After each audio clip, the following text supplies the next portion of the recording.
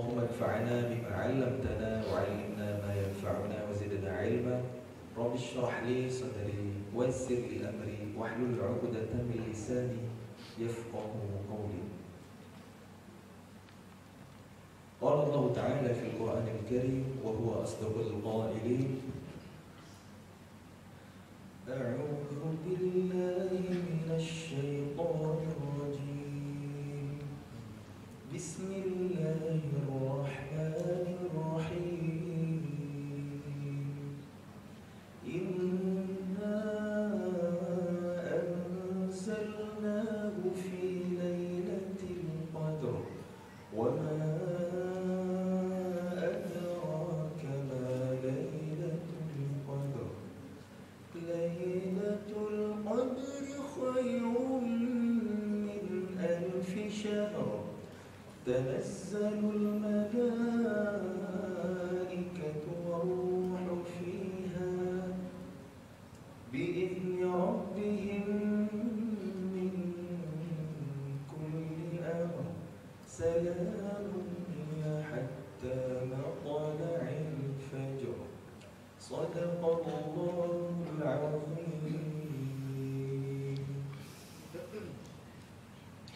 Mari kita bersyukur kepada Allah. Alhamdulillahilladzi bi ni'matihi tatimmus shalihat.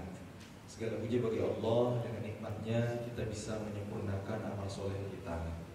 Pagi duha menjelang siang hari ini, Allah izinkan kita semua untuk berkumpul di rumah Allah yang mulia, di kampus Unsil kita yang tercinta, duduk di majelis ilmu. Semoga dengan itu Allah memudahkan jalan kita menuju surga. Amin. Mari kita bersolawat kepada panutan dan teladan kita, baginda Nabi Muhammad sallallahu alaihi wasallam. Allahumma shalli wa sallim ala nabiyyina wa sayyidina Muhammadin wa ala alihi wa sahbihi ajma'in. Rasulullah sallallahu alaihi wasallam yang telah menjadi wasilah kita mengenal Islam, kita mengenal Al-Qur'an dan mendapatkan petunjuk dari zaman jahiliyah yang gelap menuju peradaban Islamiyah yang terang benderang. Mudah-mudahan kita bisa terus mempelajari sejarah hidup Nabi, istiqomah mengirimkan sholawat kepada Nabi dan mengamalkan sunnah-sunnah Nabi agar kita terpilih di antara umat Nabi kelak yang mendapatkan syafaat di akhirat. Amin ya rabbal alamin. Yang saya hormati, yang saya muliakan, Bapak Wakil Rektor 3 ya, Pak Asep. Tadi saya lupa nanya Asep panjangnya apa gitu ya, tapi yang jelas Asep sedunia dari orang Sunda banyak ya. Mudah-mudahan beliau dijaga sama Allah Subhanahu wa taala. Saya hormati dan saya muliakan pengurus DKM Masjid Kampus, para tamir, imam, khatib, muadzin yang saya hormati dan saya muliakan, seluruh sivitas akademika dari keluarga besar Universitas Siliwangi Tasikmalaya dan teman-teman seperjuangan dari rekan-rekan mahasiswa, mahasiswi dan juga adik-adik semuanya yang disayang sama Allah Subhanahu wa taala. Masya Allah, ini ramai banget hadir ke masjid hari ini ya. Gak ada angin, gak ada hujan, cerah di luar sana. Ada apa gerangan ini? Insya Allah dapat hidayah semua lah ya. Amin insya Allah. Baru pertama ini ikut kegiatan bareng saya. Ada yang sebelumnya pernah? Boleh angkat tangan? Oh, 1, 2. Segitu doang. Berarti yang lain benar-benar first impression gitu. First impressionnya biasa aja kan? Siapa yang datang ke sini karena penasaran, pengen lihat bagusnya, pengen lihat langsung ini lebih ganteng di Instagram atau aslinya gitu. Kalau di Instagram kan mungkin ada filter gitu ya, angle kamera ya. Ternyata biasa aja ya. Semoga nggak kecewa. Siapa yang datang sini karena penasaran selama ini cuma dengerin ngaji di IG, di TikTok atau mungkin di YouTube, ayo dengerin langsung. Udah denger nih? Ya, udah lihat? Ya, silakan keluar. Bukan itu tujuan kita hadir di sini. Dan saya mohon maaf juga ya, karena lagi kurang sehat nih, suara sengau parau, tapi mudah-mudahan enggak mengurangi keberkahan pertemuan kita di pagi hari ini, karena saya nggak pengen teman-teman itu hanya suka lantunan saya yang sebenarnya biasa aja ini. Ya, ini mic-nya standar untuk speaking, untuk ngobrol, beda dengan standar untuk ngaji. Kan kalau ngaji biasanya ada efek-efek reverb, gema dikit lah, biar lebih nyaman buat qori'nya dan lebih enak juga didengerin sama mustami'nya biasanya. Tapi ketika raw apa adanya ini ternyata biasa aja. Karena memang saya berharap teman-teman itu bukan mengagumi saya atau suka dengan lantunan ngaji saya. Saya ini mensyiarkan Quran. Kalau anak-anak muda Indonesia udah tertaut hatinya sama Al-Quran, karena hari ini saya ini bukan yang terbaik. Saya bukan qori juara internasional, ya. Saya malu sama Ustaz Salman Amrillah yang dari Jawa Barat, yang masya Allah suara beliau, masya Allah tabarakallah kan, kalau ngaji menggelegar gitu kan, tinggi. Saya biasa aja. Bacaan Quran saya bukan yang paling merdu, lantunan saya bukan yang paling fasih, hafalan saya bukan yang paling murni, ilmu agama saya juga bukan yang paling faqih. Saya biasa aja. Sama-sama anak muda kayak teman-teman semuanya. Iya kan? Benar kan? Kita masih sama-sama muda kan? Sepakat kan? Cuma paling mungkin beda di status aja. Saya udah dipanggil ayah, teman-teman masih pada single bisa lihat. Meski saya bukan yang terbaik, bukan berarti kita nggak bisa berbuat sesuatu untuk membela agama ini. Untuk berdakwah itu nggak harus menunggu sempurna. Ya, karena kalau kita menunggu sempurna, hanya para nabi dan rasul yang pantas melakukannya. Justru Nabi sampaikan balighu anni walau ayah. Sampaikan dariku walaupun satu ayat. Saya mungkin bukan yang terbaik, tapi boleh jadi Allah takdirkan saya hari ini adalah early adapter istilahnya, orang yang pertama terjun.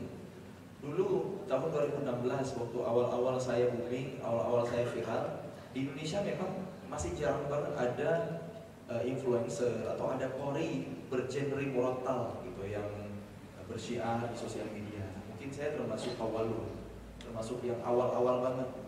Dulunya juga saya terinspirasi dari Fatih Sekaraji, Jibril Wahab, dan kalau Fatih itu dari Amerika, dia kelahiran Bosnia. Kalau Jibril itu dia dari Mesir, cuma sekarang stay di Prancis. Alhamdulillah dari dulu saya mengagumi mereka, sampai sekarang mereka itu udah jadi teman-teman gitu ya. Udah kalau pernah trip ke Inggris, ke UK, syiar Quran bareng. Padahal dulu mungkin saya terinfluence dari mereka. Terus hari ini alhamdulillah bisa bersama-sama gitu ya, bersyiar. Masya Allah, tabarakallah. Ya mudah-mudahan ada kebaikan yang banyak. Karena sebenarnya saya pribadi ini sedih. Sedihnya di mana? Dari dulu awal-awal booming, Masya Allah, tabarakallah, ini gerakan cinta Quran udah masif nih. Orang tua sadar supaya anaknya bisa membaca Al-Quran, bahkan hafal Quran, paham Quran, jadi ulama gitu ya. Tapi memang namanya dakwah itu kan naik turun ya. Sekarang ternyata kalau kita buka data bukan lebih baik. Dulu tahun 2013 BPS ngeluarin statistik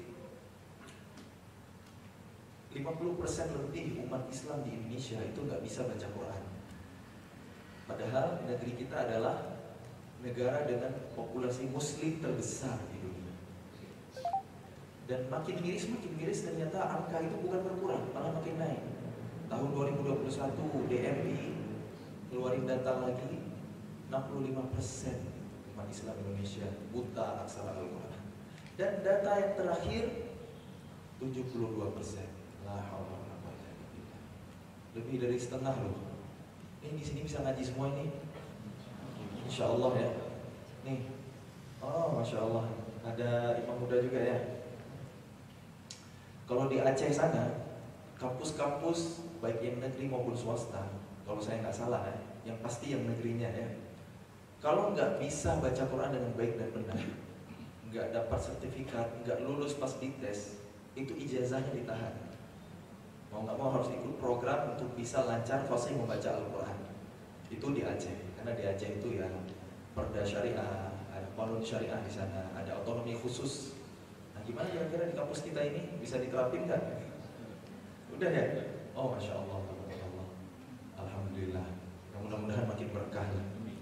Karena memang Quran itu kan turun di bulan Ramadan, ya kan? Syahrul Ramadan alladzi unzila fihi al-Quran. Bulan Ramadan adalah bulan yang di dalamnya diturunkan Al-Quran. Keistimewaan Ramadan itu justru bukan karena puasanya.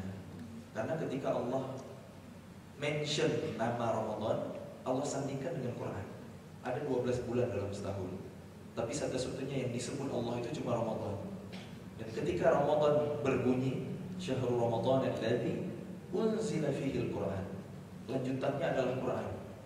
Bukan Syahrul Ramadan alladzi kutiba fihi as-shiyam. Enggak gitu kan ayatnya.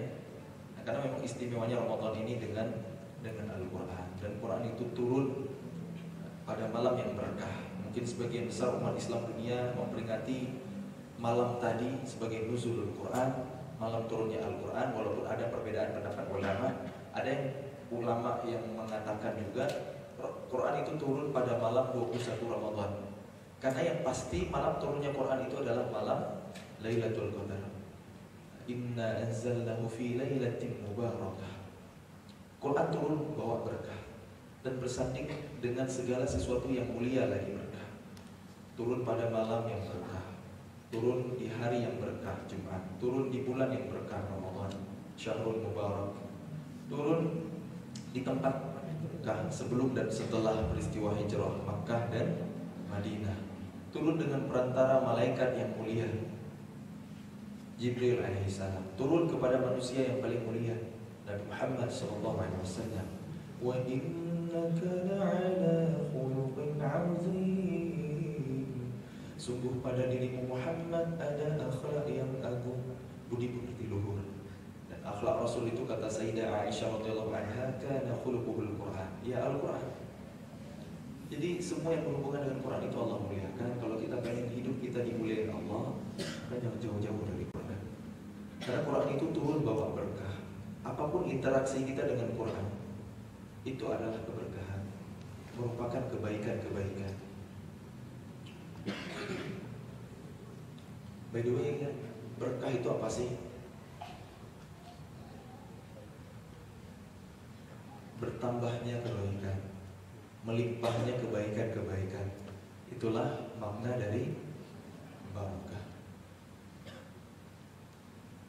Berasal dari kata burika atau barokah. Ketika seekor unta tadinya berdiri lalu tiba-tiba duduk, bunyinya akan buruk. Hurufnya barokah.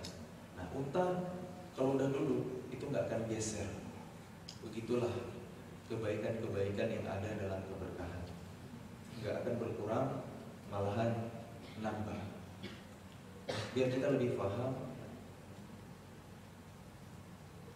umur kalau berkah pasti banyak habisnya buat kebaikan, buat ibadah, buat manfaat, karya, produktivitas, pengabdian. Itu umur yang berkah, bukan kesia-siaan, bukan scroll sosmed tanpa tepi tak berujung gitu ya, sampai habis kuota, habis baterai lah. Bukan juga main game online sampai minus mata gitu ya.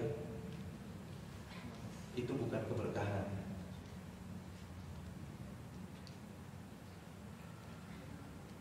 Apalagi kemaksiatan, waktu yang dipakai untuk bikin dosa, itu malah bawa malapetaka. Jadi waktu yang berkah itu yang banyak digunakan untuk ibadah, untuk zikrullah, untuk Quran, untuk produktivitas, untuk berkarya yang bermanfaat, kontribusi, pengabdian dan lain sebagainya. Itu waktu yang barokah. Kalau rizki barokah, kalau kita bekerja menjemput nafkah, kalau harta kita berkah, yang sedikit itu bikin cukup, qanaah, syukur. Yang banyak juga tidak membahayakan, tidak melalaikan, gak membuat kita menunda sholat lantaran meeting, deal-dealan proyek besar gitu. Gak membuat kita jadi bakhil, pelit ya. Justru dengan harta yang Allah titipkan, kalau itu berkah, maka kita akan menjadi pribadi yang dermawan, ringan tangan, gemar berbagi, rajin berinfak sedekah. Itu harta yang berkah. Sudah ada gambaran? Udah ya. Nah, teman-teman sekarang mungkin masih sendiri-sendiri hidupnya. Suatu saat kan akan menemukan pasangan hidup sejiwa sesurga, insya Allah ya. Amin. Aminin dong. Doa orang berpuasa itu mustajabah ya. Nah, apa doa untuk mempelai baru pas kita datang ke kondangan saudara, kondangan teman? Ya, mudah-mudahan bukan nikahan mantan yang ditikung sahabat sendiri, gitu ya. Apa doa untuk mempelai baru? Barakallahu laka wa baraka 'alaika wa jama'a bainakuma fi khair. Semoga berkah Allah saat engkau bahagia. Wa baraka 'alaika. Semoga berkah juga saat kamu berduka. Dan semoga Allah mengumpulkan kalian berdua dalam kebaikan. Itu kan doa untuk pengantin baru. Ternyata yang didoain apa? Berkah. Kenapa berkah saat bahagia? Berkah juga saat diuji, mungkin dengan konflik, dengan cekcok masalah atau musibah.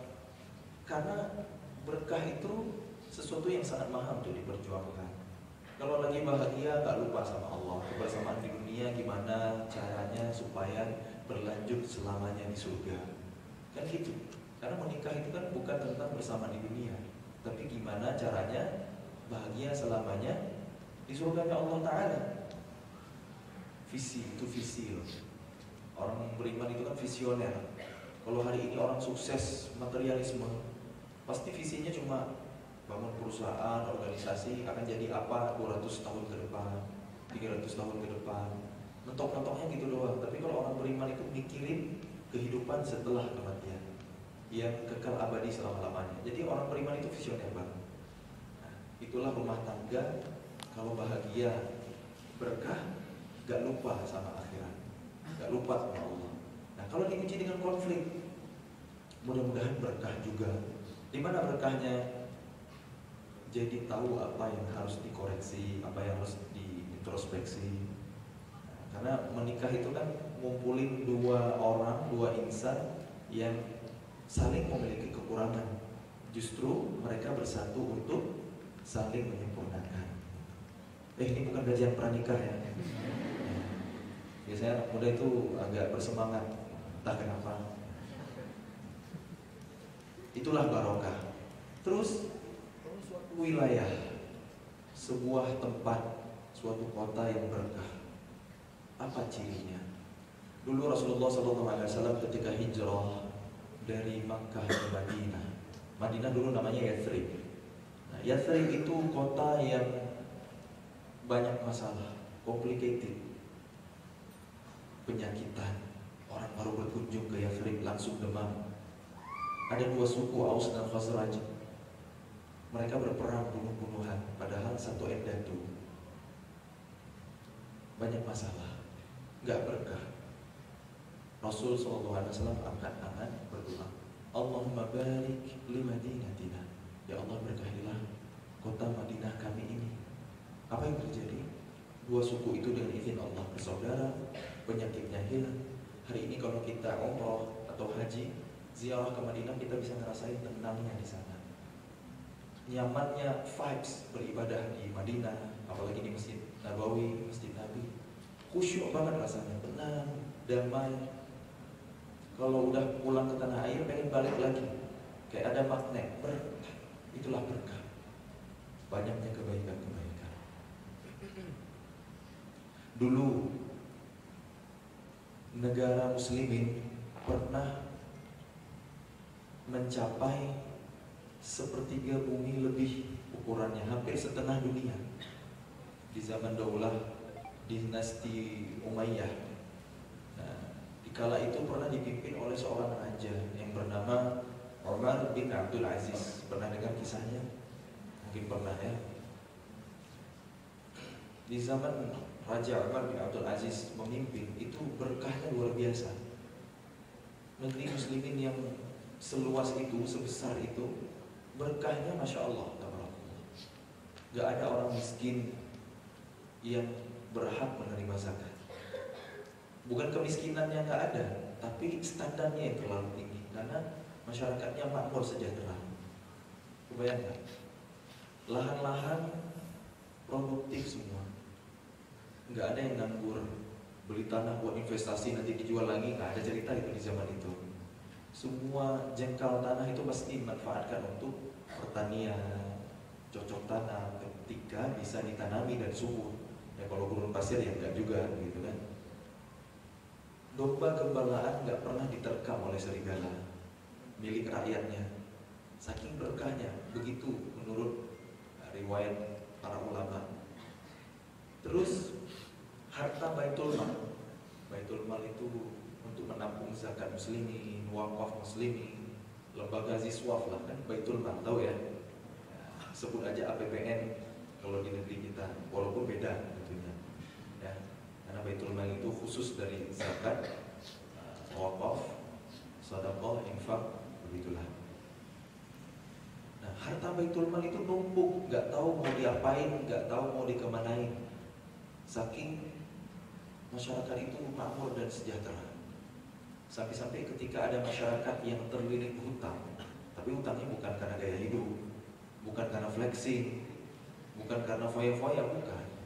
Tapi memang terjerat hutang, itu dilunasin sama negara. Bandingkan dengan negeri kita hari ini, bayi baru lahir auto nanggung hutang negara 30 jutaan rupiah. Kontradiktif banget ya. Ada anak muda mau nikah, ketika dia nggak punya biaya, maka Baitul Mal memberikan ini buat mahar, ini buat walimah resepsi. Enak banget ya. Terus sampai nggak tahu mau diapain lagi, raja bilang ke para gubernur, tolong beli biji-biji gandum, sebar di alam-alam bebas, terutama di puncak musim dingin, biar nggak ada orang yang ngomong ada seekor burung mati di negeri muslim. Masya Allah ya, itulah barokah. Kenapa bisa? Karena Raja Umar bin Abdul Aziz itu adalah seorang ulama yang menjadi umarah. Dia adalah seorang ahlul Quran. Ahlul Quran beneran, bukan sekedar hafal, tapi memang benar-benar paham. Padahal dia memimpin hanya 29 bulan, nggak nyampe 3 tahun, tapi kemakmurannya luar biasa, keberkahannya luar biasa. Pemimpin itu cermin dari masyarakatnya. Kalau kita berharap yang memimpin kita adalah orang yang adil, amanah, yang ahlul Quran, yang kalau sholat Idul Fitri itu bisa jadi khatib dan imam di Masjid Istiqlal, maka kita harus ngaca dulu gimana posisi kita dengan Quran hari ini. Soalnya dulu negeri muslimin Allah karuniakan pemimpin kayak model Umar bin Abdul Aziz, masyarakatnya juga ahlul Quran semua. Tiap rumah itu mesti ada ahlul Quran. Ketika raja bilang, tolong ajarkan perempuan-perempuan kalian surah An-Nur, itu bisa dilaksanakan. Ayah bisa mengajarkan putrinya surah An-Nur, suami bisa mengajarkan istrinya surah An-Nur, anak bisa mengajarkan ibunya surah An-Nur, dan saudara bisa mengajarkan saudarinya surah An-Nur. Saking ahlul Quran itu ada di setiap rumah, gimana gak berkah? Allah berfirman, A'udzu billahi minasyaitonir rajim. Walau anna ahlal qura amanu wattaqaw lafatahna 'alaihim barakatin minas samaa'i wal ardh. Seandainya penduduk suatu negeri beriman dan bertakwa kepada Allah, pasti akan kami limpahkan, curahkan keberkahan dari langit dan bumi. Itulah barokah, teman-teman. Maka ketika Indonesia kita tercinta hari ini kok kayak lagi dicampur berkahnya sama Allah. Iya, masalah datang silih berganti, musibah, bencana alam, di sana di sini gitu ya. Belum sembuh duka dan luka saudara-saudara kita di Cianjur, udah banjir bandang di tempat lain, udah longsor lagi, udah banyak banget masalah. Belum lagi kesejahteraan yang belum merata. Padahal Indonesia negara dengan kaya, dengan kekayaan sumber daya alam yang luar biasa, tapi kok masyarakatnya belum juga sejahtera. Yang kaya makin kaya, yang miskin makin miskin. Terus harga-harga kebutuhan sehari-hari makin melambung tinggi, ancaman resesi ekonomi, utang negara yang semakin melambung tinggi. Banyak banget masalah negeri kita. Belum lagi kisruh politik, ya kan? Dagelan ulah pejabat publik gitu ya, yang keluarganya fleksi, gitu. Kekayaan gak wajar pas di audit. Sedih kita ini. Banyak banget masalah negeri kita. Korupsi merajalela. Ayolah kalau kamu mahasiswa bergerak berjuang ya. Tapi kenapa kok bisa begini? Mari kita introspeksi. Jangan-jangan memang karena kita sebagai umat Islam terbesar di dunia ini jauh dari kitab sucinya, jauh dari Al-Quran. Lebih dari setengah umat Islam gak bisa ngaji, bahkan udah sampai 72% lah. PR kita masih banyak, makin berat. Di samping memang kita bersyukur akhir-akhir ini rumah Quran, gerakan tahfidzul Quran itu di mana-mana. Anak kecil hafal Quran adalah pemandangan yang biasa. Beda dengan dulu waktu saya kecil, waktu menghafal Quran, kayak rumah tahfidz itu belum sebanyak hari ini. Dan ekonomi syariah, kata ekonomi udah rela diselipkan kata syariah di sampingnya gitu kan. Kemudian kesadaran halal masyarakat ya, untuk kembali menegakkan syariah gitu. Karena memang cepat atau lambat semua ini akan menuju kepada kebangkitan Islam ya, tegaknya syariat Allah di muka bumi itu pasti. Suka atau gak suka, cepat atau lambat itu akan terjadi. Karena belum semua apa yang Rasulullah SAW ucapkan itu terjadi. Ketika Nabi bilang dulu Madinatul Hir, kotanya Heraklius, yaitu Konstantinopel akan dibebaskan oleh sebaik-baik pemimpin dan sebaik-baik pasukan. 800 tahun dari Nabi mengucapkan itu kejadian. Ada seorang anak muda Muhammad Al-Fatih yang membebaskan Konstantinopel. Tapi sampai hari ini Roma itu belum pernah menjadi wilayah muslimin. Maksudnya di sana itu masih belum tegak syariat Allah. Walaupun Islam pernah berjaya di Eropa ratusan tahun lamanya, bahkan sampai 500 tahun. Itu gabungan Portugal sama Spanyol hari ini, dulu namanya Andalusia. Jejak-jejak peradabannya masih bisa kita saksikan. Ada Istana Alhambra di kota Granada, ada Masjid Besar Cordoba. Islam pernah berjaya di Eropa tapi belum pernah menyentuh wilayah Roma. Bukankah di waktu yang sama Rasul katakan bahwa Roma juga akan menjadi wilayah muslimin? Tapi sampai hari ini belum. Artinya nanti sebelum kiamat terjadi, Islam pasti akan kembali kuat. Kalau hari ini kan lagi lemah nih, ya. Saudara-saudara kita dizolimin di Palestina, lagi sholat nyaman-nyaman di Masjidil Aqsa, datang penjahat, penjajah, biadab, Zionis Israel, gitu kan. Kita nggak punya kekuatan, kita nggak bisa apa-apa selain mengirimkan doa. Memang kita sekarang lagi lemah, tapi percayalah, Allah akan memenangkan agama ini. Ketika Allah takdirkan kita hidup di zaman seperti ini, maka optimisme yang harus kita bangun adalah mudah-mudahan kitalah umat yang dipilih sama Allah untuk menghadirkan kembali kejayaan Islam. Itu ya teman-teman. Jadi walaupun kita ini banyak tantangan ya, kebatilan itu kayak lebih terstruktur dan terorganisir daripada yang hak gitu ya, daripada kebaikan hari ini. Jangan putus asa. Yang penting kita itu berdiri di pihak mana. Yang penting kita berjuang di mana. Allah nggak menuntut kita meraih kemenangan, tapi yang penting kita ini ada di posisi mana. Apakah kita berjuang fi sabilillah atau enggak? Yang penting kita berada di jalan Allah. Perkara sampai ataupun enggak, ya itu terserah Allah. Bisa jadi nanti kejayaan Islam akan muncul lagi di zaman atau generasi anak-anak kita atau cucu-cucu kita atau mungkin cicit. Nah, kita nggak tahu. Yang penting estafet perjuangan itu harus dimulai. Karena pemuda yang hebat, pemuda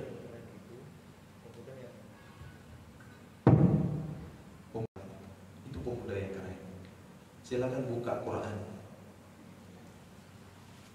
Setiap kali Allah mengabadikan kisah tentang pemuda, itu pasti semua istimewa. Nggak ada yang biasa-biasa. Semuanya positif, nggak ada yang negatif.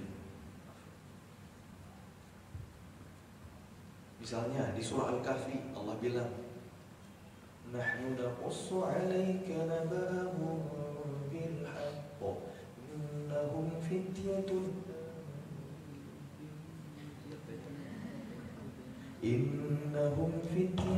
amanu bi rabbihim wa zidnahum huda." Kami kisahkan kepada Muhammad kisah yang benar. Sesungguhnya mereka adalah pemuda-pemuda yang beriman kepada Rabb mereka, kemudian kami tambahkan kepada mereka petunjuk. Ternyata dalam Al-Quran ada kisah pemuda-pemuda istimewa karena mereka punya iman yang luar biasa, yaitu mereka Ashabul Kahfi. Kenapa mereka begitu luar biasa? Karena mereka anak-anak muda yang punya iman luar biasa. Ketika ada kezaliman, ketika seorang raja memaksa masyarakat untuk murtad ninggalin agama Allah, mereka berjuang, mereka membela agama Allah, mereka berusaha untuk menegakkan tauhid. Tapi pas udah mentok, nggak ada lagi solusi, nggak ada lagi keluar, terpaksa mereka melarikan diri untuk menyelamatkan iman. Sembunyilah mereka di dalam gua. Lalu Allah selamatkan mereka dengan menidurkan mereka selama berapa tahun? وَلَبِثُوا فِي كَهْفِهِمْ 300 سِنِينَ وَازْدَادُوا تِسْعًا. 300 tahun ditambah 9 tahun. Kenapa Allah berfirman demikian? Kenapa nggak langsung aja 309 tahun? Biar kita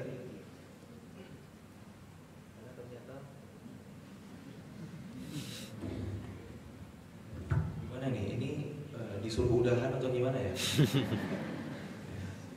Ada hikmahnya tuh ya, nggak ada yang sia-sia. Mungkin Allah nyuruh saya istirahat, gitu ya. Jalanan masih panjang tuh kan.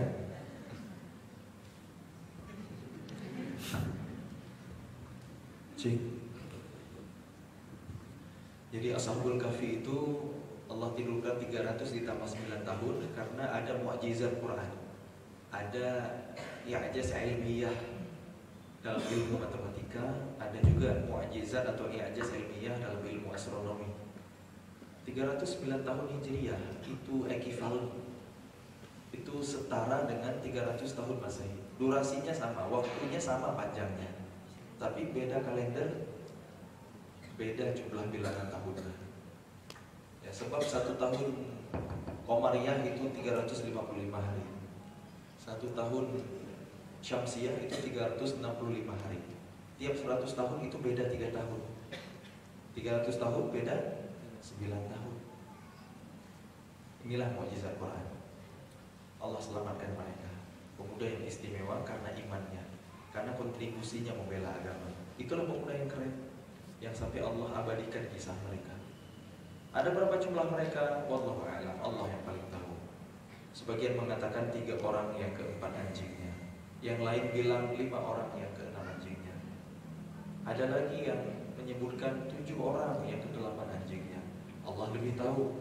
Gak penting berapa jumlah mereka, karena memang jadi anak muda itu gak penting menjadi viral, gak penting jadi terkenal. Yang penting itu adalah kontribusi membela agama. Kalau viral dengan menghina diri sendiri gitu ya, mandi lumpur misalnya, nyari FYP, nyari nyaweran gitu ya, nyari saweran gitu. Nah kalau orang bila itu kan bukan pemuda yang keren kayak gitu, nggak elegan banget gitu loh, ya kan? Pemuda yang keren itu dilihat dari imannya, bukan dari good lookingnya, bukan dari harga outfitnya, bukan dari kekayaannya, bukan dari jabatannya, bukan dari dia terkenal atau enggak jumlah followersnya. Iman itu nomor 1 yang menyebabkan pemuda itu keren. Maka teman-teman, Kalau kita buka lagi surah Al-Quran yang lain, kita akan menemukan lagi semua kisah pemuda itu istimewa, beneran. Dan kita akan mendapatkan benang merah. Kalau kita buka Quran surah Al-Anbiya, Allah berfirman, A'udzubillahi minasyaitonir rajim. Qalu sami'na fatan yadhkuruhum yuqalu lahu Ibrahim. Kami mendengar ada seorang anak muda namanya Ibrahim. Tadi innahum fityatun, fata, pemuda. Sekarang qalu sami'na fatan, fata lagi, pemuda. Nah, Nabi Ibrahim waktu mudanya udah luar biasa. Gelarnya aja Khalilullah, Khalilur Rahman. Dan Nabi Ibrahim soleh untuk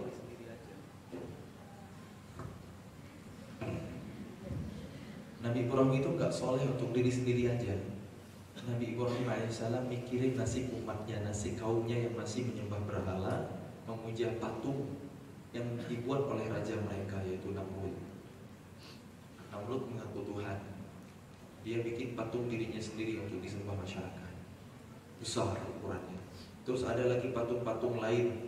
Ada patung gajah, ada patung macam-macam lah ya, patung hewan-hewanan, patung dewa-dewaan, gak ngerti lah. Nabi Ibrahim gak tinggal diam. Dengan keadaan itu, Nabi Ibrahim berjuang mendakwahkan tauhid. Apa nih yang kalian sembah? Apa nih sesajen yang kalian kasih? Ini gak ngasih manfaat dan mudarat apa-apa buat kalian. Nabi Ibrahim ngomong ke masyarakat, diambilin tuh makanan sesajen, digigit sama Nabi Ibrahim. Apa yang kamu lakuin? Itu gitu. Tuh gak apa-apa, gitu kata Ibrahim. Begitu mereka pulang, dihancurin tuh patung. Cuma yang besar disisain satu. Pas mereka balik, kenapa Tuhan-Tuhan kita udah pada hancur? Jangan-jangan anak muda kemarin sore itu. Nah, makanya disebutlah qalu sami'na fatan. Kami dengar ada seorang anak muda namanya Ibrahim. Jangan-jangan dia pelakunya. Itu kenapa nama Ibrahim itu disebut-sebut. Pas ditanya ke Ibrahim, Ibrahim, kamu yang hancurin Tuhan-Tuhan kami. Ya enggak tahu, kok tanya saya. Bukan itu tapi jawaban Ibrahim ya. Di Quran enggak begitu. Ini biar ada theater of mind aja, kurang lebih gitu ya. Nabi Ibrahim bilang, coba tanyain sama patung yang paling gede, karena enggak semua dihancurin. Bos patungnya itu disisain satu, kapaknya dikalungin ke patung, ke berhala yang paling besar itu. Tuh, tanyain tuh sama patung yang paling gede, mungkin dia yang berbuat.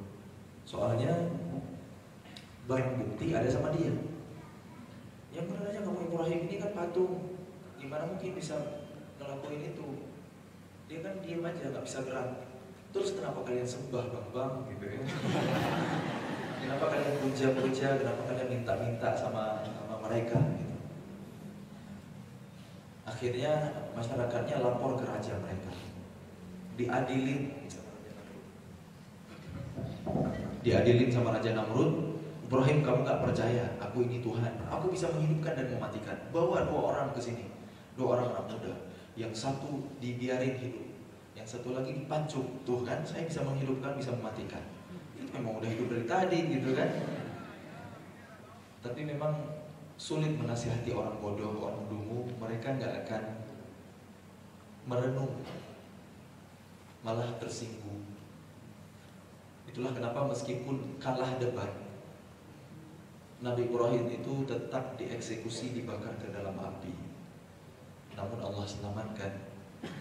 Qulna ya naru kuni bardan wa salaman ala Ibrahim. Wahai api, menjadi dinginlah dan memberikan keselamatan kepada Ibrahim. Itulah inspirasi dari kisah Nabi Ibrahim alaihissalam. Pemuda yang hebat itu dilihat dari imannya, mikirin nasib orang banyak, bukan hanya mikirin diri sendiri. Kan Nabi Ibrahim itu kan nabi, kalau wafat masuk surga. Tapi gimana nasib masyarakat? Itulah kegalauan Nabi Ibrahim. Berlaku juga untuk urusan dunia. Kalau bangun bisnis, nggak bisa untuk gaya-gayaan doang. Oh ini bisnisnya keren. Tapi harus berangkat dari masalah yang ada di masyarakat. mikirin nasib orang banyak, tawarkan produk dan jasa yang dibutuhkan orang. Baru bisnis itu bisa bertumbuh, bisa berkembang. Itu kan sunnatullahnya. Nah, dalam urusan dunia aja, yang mikirin nasib orang banyak itulah yang sukses. Bukan hanya egois sama diri sendiri. Sukses under 30, punya rumah sendiri, mobil sendiri, istri sendiri. Iyalah, masa istri tetangga gitu ya. Cuma mikirin diri sendiri doang, itu bukan sukses. Apalagi hari ini sukses disempitkan oleh standar materi, ya kan? Padahal kata Nabi, khairun nas anfa'uhum linnas. Sukses itu ketika bermanfaat bagi orang banyak. Sebaik-baik manusia adalah yang paling bermanfaat bagi manusia. Itu inspirasi dari kisah Nabi Ibrahim, pemuda yang keren dilihat dari imannya, mikirin nasib orang banyak, memperjuangkan kebenaran walaupun resikonya mati, berani menyuarakan yang hak walaupun ancamannya adalah kematian. Itu pemuda. Kemudian pemuda itu kreatif dari dulu. Fitrahnya pemuda itu kreatif. Nabi Ibrahim gak ngancurin semua patungan, disisihin yang paling gede. Itulah kreativitas dalam dakwah. Itulah inspirasi pemuda dalam Quran, teman-teman. Dan masih banyak banget. Satu lagi deh, biar Quran yang turun di bulan Ramadan ini, Syahrul Ramadan alladzi unzila fihi al-Quran hudan linnas, jadi petunjuk bagi manusia. Karena Quran baru jadi petunjuk ketika difahami. Maka saya mengajak kita tadabburi kisah-kisah tentang pemuda yang ada di Quran, karena kita sedang di fase pemuda. Nah, kalau kita buka Quran surah Yusuf, kalau dengar nama Nabiullah Yusuf alaihissalam, apa yang kepikiran, apa yang kebayang sama teman-teman? Ganteng, Masya Allah. Ya, ganteng itu ujian. Apalagi kalau enggak. Nabi Yusuf alaihissalam itu saking gantengnya dapat ujian yang luar biasa. Tahu kisahnya? Tahu ya? Saya kisahin sedikit. Jadi waktu Nabi Yusuf usia muda, tahu dari mana muda? Lagi-lagi Allah yang bilang, wa qala niswatun fil madinati imra'atul azizi turawidu fataha. Nabi Yusuf saat itu berusia muda, saat dapat ujian yang luar biasa. Kan Nabi Yusuf itu kan gantengnya luar biasa. Siapapun wanita yang memandang ke arahnya pasti akan jatuh cinta dan tergila-gila. Sehingga termasuk istri raja pun berusaha menggoda dirinya untuk berbuat nista, untuk berzina. Yang ngajak perempuan duluan kan? Keadaannya sangat aman karena Nabi Yusuf alaihissalam itu hidup sebatang kara jauh dari keluarga. Bahkan ada di istana, di dalam kamar, di dalam ruangan yang pintu-pintunya dikunci rapat. Wa khallaqatil abwaba wa qalat hayta lak. Itu kata Allah. Tapi Nabi Yusuf malah berkata, qala ma'adzallah, aku berlindung kepada Allah. Coba anak muda zaman hari ini di posisi yang sama, bisa nggak ngomong kayak gitu? Yang ada malah dicari-cari gitu ya, modus-modus. Nabi Yusuf itu normal, jangan bilang oh itu kan nabi. Para nabi itu lebih normal daripada manusia biasa. Allah bilang, وَلَقَدْ هَمَّتْ بِهِ وَهَمَّ بِهَا لَوْلَا أَن رَأَىٰ بُرْهَانَ رَبِّهِ. Perempuan itu tertarik ke Yusuf, Yusuf pun tertarik ke perempuan itu seandainya tidak melihat tanda dari Rabb-nya. Nabi Yusuf itu normal. Tapi Nabi Yusuf berkata, qala ma'adzallah, aku berlindung kepada Allah. Dia melihat tanda seolah ada sosok ayahnya Nabi Yakub di hadapannya dengan wajah yang kecewa. Itulah pentingnya pendidikan anak usia dini. Karena usia dini itu golden age, golden time untuk pendidikan. Karena udah dididik dengan baik oleh ayahnya di masa kecil. Di situasi darurat seperti itu, Nabi Yusuf itu sadar, ingat ayahnya, ingat nasihat ayahnya. Akhirnya keimanan menuntunnya untuk melarikan diri dari godaan fitnah perempuan yang luar biasa dahsyat itu. Pada akhirnya Nabi Yusuf lari,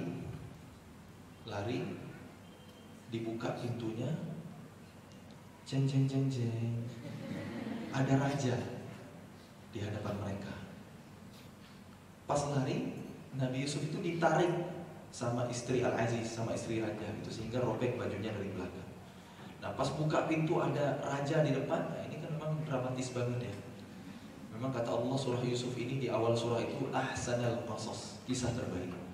Teman-teman kebangetan banget ya kalau udah khatam drakor berseri-seris tapi belum tuntas baca surah Yusuf, tadabbur maknanya, itu kebangetan. Karena ini kisah terbaik kata Allah. Hikmahnya begitu luar biasa, termasuk untuk kita hari ini. Di part ini, di episode ini manfaat buat kita sebagai anak muda kan. Nah, pas raja mergokin kok istrinya dua-duaan dengan laki-laki lain di kamar. Si istri raja langsung playing victim.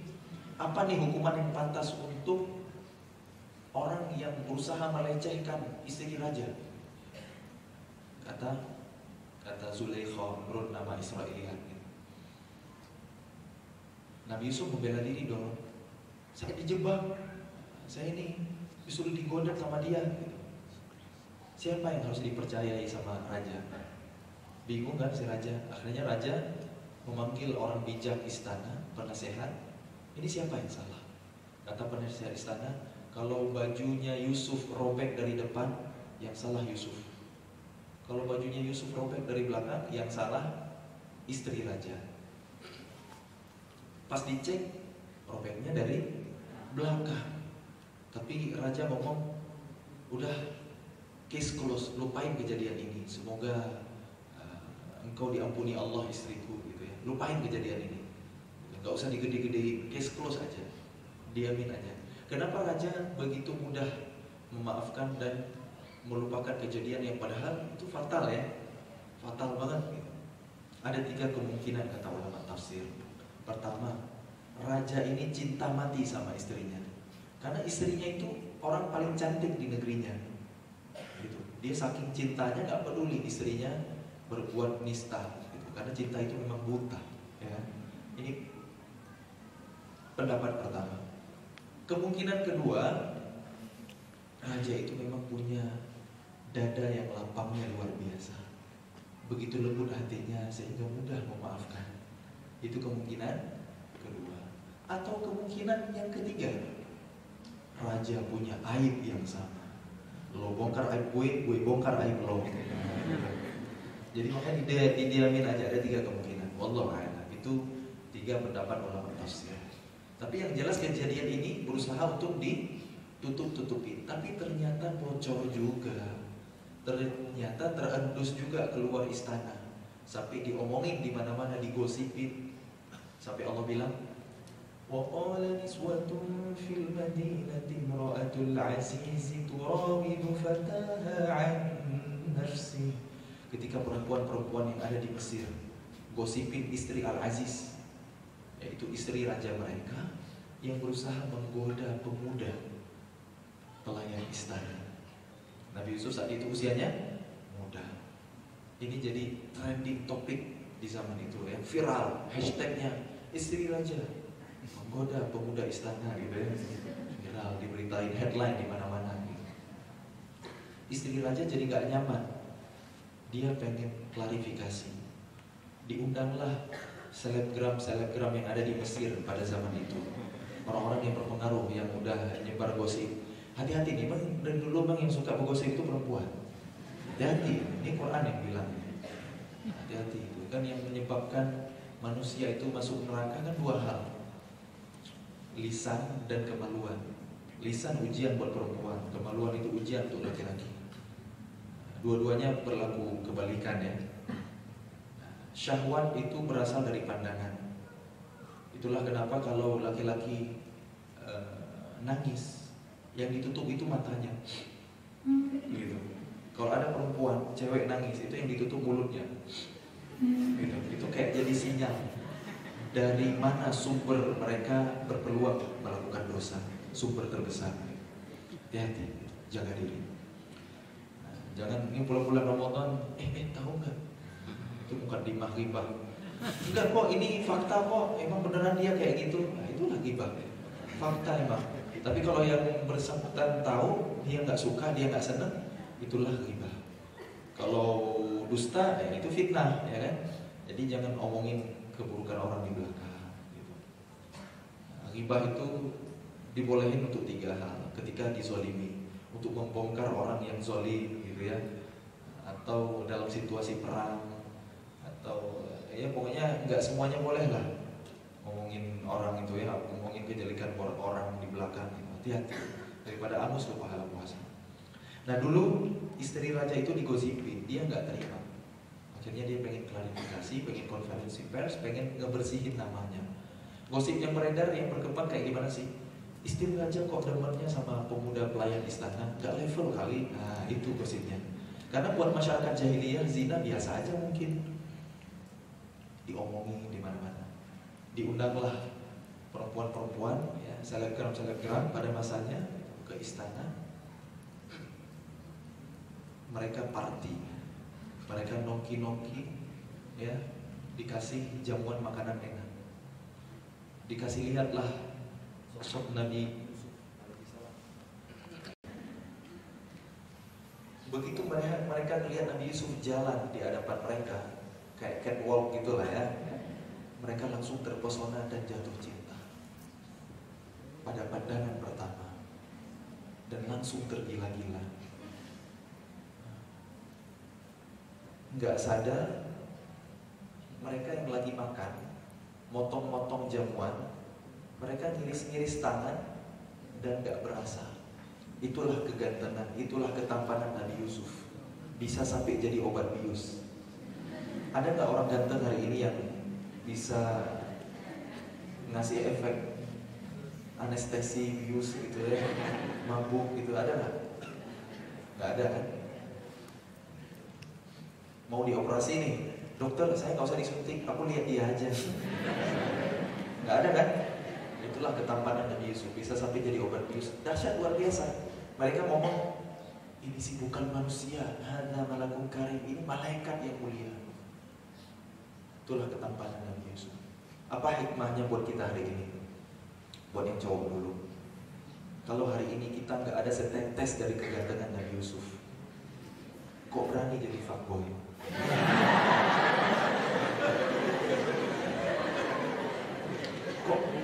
Kok pede banget PHP-in anak orang, janjiin nikah 3 tahun lagi terus ngilang, ghosting sana sini, ngajak pacaran anak orang. Itu gak ada setetes dari ketampanan Nabi Yusuf loh. Ngacak makanya ya. Jangan bikin fitnah.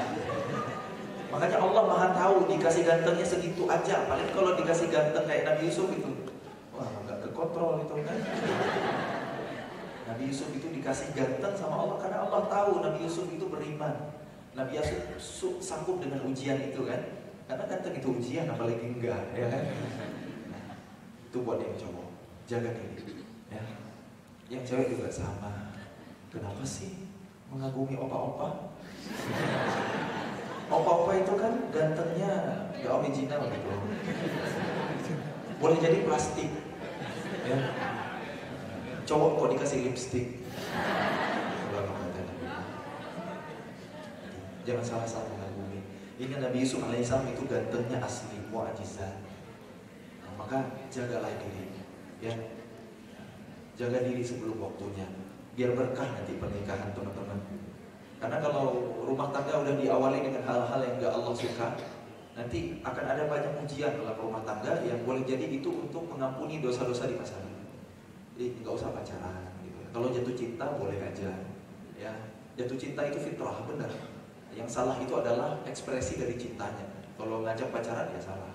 Tapi kalau menjaga diri sambil memataskan diri, pas udah siap, oh dia masih available tuh, baru ngomong, kasih nomor ayah kamu dong, alamatnya di mana, aku mau bertamu gitu kan, baru jatuh. Atau kamu udah ada yang ngetek belum, udah ada yang ngajak ta'aruf belum gitu ya. Kalau belum aku mau maju dong gitu. Siapa mentor kamu atau siapa murabi kamu, atau langsung deh dimediasi sama orang tua kamu juga nggak apa-apa. Itu biar berkah. Ini inspirasi buat anak muda di zaman hari ini. Itulah Quran teman-teman. Quran itu jadi panduan, Quran itu jadi petunjuk untuk kehidupan kita. Hari ini kenapa kita sebagai anak muda kok mentalnya lemah banget, lemah. Hari ini generasi milenial atau zilenial itu istilahnya jadi generasi strawberry, rapuh banget. Strawberry kalau digigit, langsung meleleh. Jangan dibayangin sekarang, ya kan? Lagi puasa, gitu ya. Jangan dibayangin ada jus strawberry di blender, dilempar es batu, gitu ya, tek sampai berembun, gelasnya. Jangan dibayangin sekarang. Tapi kenapa saya ceritain? jadi disuruh jangan bayangin malah keingat gitu ya. Jadi teman-teman semuanya bisa oleh Allah Subhanahu Wa Taala. Quran itu adalah petunjuk. Kenapa anak muda hari ini pada lemah mentalnya, pada rapuh jiwanya? Mungkin karena jauh dari kitab suci, karena jauh dari Al-Quran. Karena anak muda hari ini stres kuliah, capek belajar, lelah bekerja, dikit-dikit healing dulu besti gitu ya. Dikit-dikit liburan gitu, traveling, jalan-jalan, hang out, nongkrong, dan lain-lain. Dulu orang Arab, ya, orang Quraisy, mereka juga jalan-jalan. Tapi jalan-jalannya bawa pulang duit. Li'ilafi Quraisy, karena kebiasaan orang-orang Quraisy. Ilafihim rihlatasyita'i was-shayf, yaitu mereka bepergian di musim dingin dan musim panas. Dalam rangka apa itu? Dalam rangka bisnis, dalam rangka perdagangan. Orang Arab jalan-jalan bawa uang. Kita hari ini jalan-jalan buang-buang uang gitu. Nah, kenapa rapuh banget mental anak muda hari ini? Dikit-dikit butuh healing. Healing itu apa artinya? Penyembuhan. Pada sakit semua. Nah, mungkin jiwanya yang sakit walaupun bukan ODGJ gitu ya. Masalah mentalnya. Kenapa? Mungkin karena jauh dari Quran. Dulu Wali Songo ngasih nasihat, terinspirasi dari kitab karya Imam An-Nawawi rahimahullah ta'ala Al-Adhkar. Ya, nasihatnya apa? Jadi senandung, jadi lantunan hari ini, jadi lagu dipopulerkan oleh Mas Opik. Obat hati ada 5 perkaranya, yang pertama baca Quran dan maknanya. Boleh diamalin belum? Siapa di sini yang pernah khatam Quran plus dengan terjemah sekali aja seumur hidup? Angkat tangan. Nggak ada? Dapat door prize umroh loh dari panitia. Nggak ada. Tapi umrohnya berenang di laut sama jalan kaki sendiri gitu ya. Nggak ada nih beneran. Sejauh itu loh kita sama Quran. Kan Quran itu kata Allah hudan linnas, petunjuk bagi manusia. Tapi kok kita nggak kepoin Quran? Yakin kita ini jadi sahabat Quran? Kalau kita meninggal hari ini, nanti dibangkitkan di hari kiamat, siapa yang ngebela kita? Rasulullah SAW bersabda, Iqra'ul Quran fa innahu ya'ti yawmal qiyamah syafi'an li ashabi. Baca Al-Quran karena kelak pada hari kiamat Quran akan memberikan pertolongan syafaat kepada sahabatnya ketika di dunia. Sahabat itu lebih dari sekedar teman biasa, akrab dan dekat, saling tahu. Biasanya kan sahabat itu kan suka curhat ya, saling tahu. Nah, kita hari ini nggak tahu Quran, nggak kepoin Quran. Gimana nanti Quran akan membela kita di hari kiamat? Karena Quran itu bisa menjadi hujjatan lana wa alaina. Na'udzubillah. Quran itu bisa jadi penolong atau yang melaknat kita. Jadi teman-teman, Ramadan ini adalah momentumnya. Karena Ramadan adalah bulan Quran, Syahrul Quran. Jadi kalau bukan start di bulan Ramadan kita mendekatkan diri ke Al-Quran, kapan lagi? Di 11 bulan yang lain kita akan semakin jauh dan lalai. Kalau di bulan Ramadan ini kita juga nggak bisa mendekat ke Quran. Itu teman-teman ya. Quran itu adalah hudan linnas, petunjuk bagi manusia. Wa bayyinatin minal huda wal furqan, penjelasan atas petunjuk yang ada dan juga pembeda antara yang hak dan batil. Dan kalau kita sudah benar berinteraksi dengan Al-Quran, kita akan mendapatkan Al-Furqan. Kita akan berbeda dari orang-orang yang jauh sama Quran, dari orang-orang yang tidak mengenal Quran. Kalau kehidupan kita nggak ada beda setelah kita mendekatkan diri ke Al-Quran, nggak ada beda dengan orang yang jauh dari Quran, berarti ada yang salah.